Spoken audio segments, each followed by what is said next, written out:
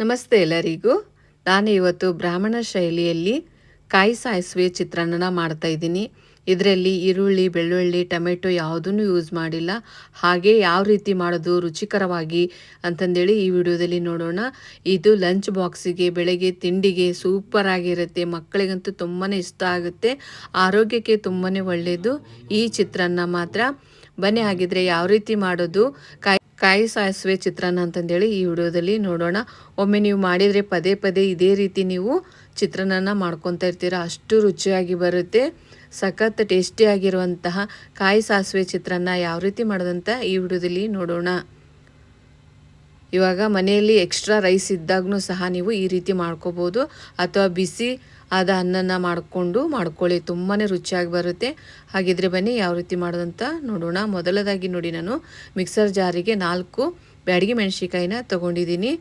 ಇವಾಗ 1 ಬೌಲಷ್ಟು ಕೊಬ್ಬರಿ ತುರಿನ ಹಾಕ್ತಿದ್ದೀನಿ. ಇದು ಹಸಿ ಕೊಬ್ಬರಿ. 1 ಟೀ ಸ್ಪೂನಷ್ಟು ಸಾಸಿವೆ, ಸ್ವಲ್ಪ ಉಪ್ಪನ್ನು ಹಾಕಿ ನೀರು ಹಾಕದೆ ಇದನ್ನು ರುಬ್ಬಿ ತಗೋಬೇಕು. ನೋಡಿ, ಈ ರೀತಿ ಸಣ್ಣಗೆ ರುಬ್ಬಿ ತಗೊಳ್ಳಿ. ಇವಾಗ ಒಂದು ಕಡಾಯಿಗೆ ತುಪ್ಪ ಮತ್ತು ಎಣ್ಣೆನ ಹಾಕ್ತಿದ್ದೀನಿ. ಇವಾಗ 1 ಟೀ ಸ್ಪೂನಷ್ಟು ಸಾಸಿವೆನ ಹಾಕ್ತಿದ್ದೀನಿ.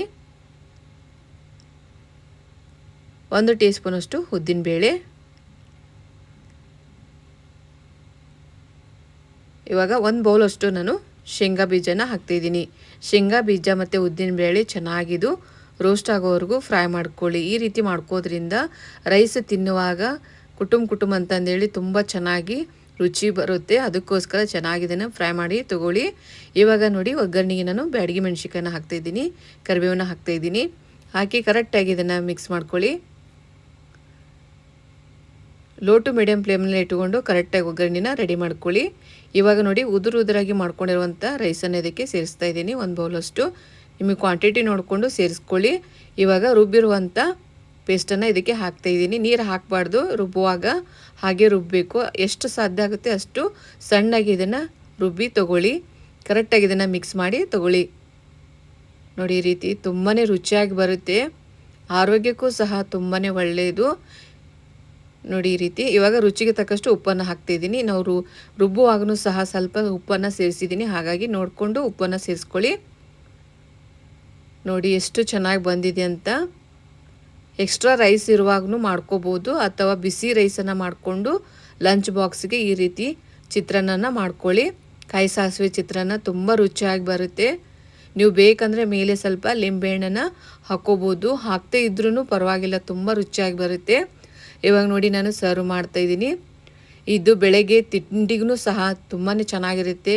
ಮತ್ತು ನೀವು ಮಕ್ಕಳಿಗೆ ಲಂಚ್ ಬಾಕ್ಸ್ನಿಗೂ ಮಾಡ್ಬೋದು, ತುಂಬ ರುಚಿಯಾಗಿ ಬರುತ್ತೆ. ಇವಾಗ ನಾನು ಲಂಚ್ ಬಾಕ್ಸ್ಗೆ ರೆಡಿ ಮಾಡ್ತಾಯಿದ್ದೀನಿ. ನೋಡಿ, ಇದು ಸಂಜೆ ತನಕ ಏನೂ ಆಗೋದಿಲ್ಲ, ತುಂಬಾ ಚೆನ್ನಾಗಿ ಬರುತ್ತೆ.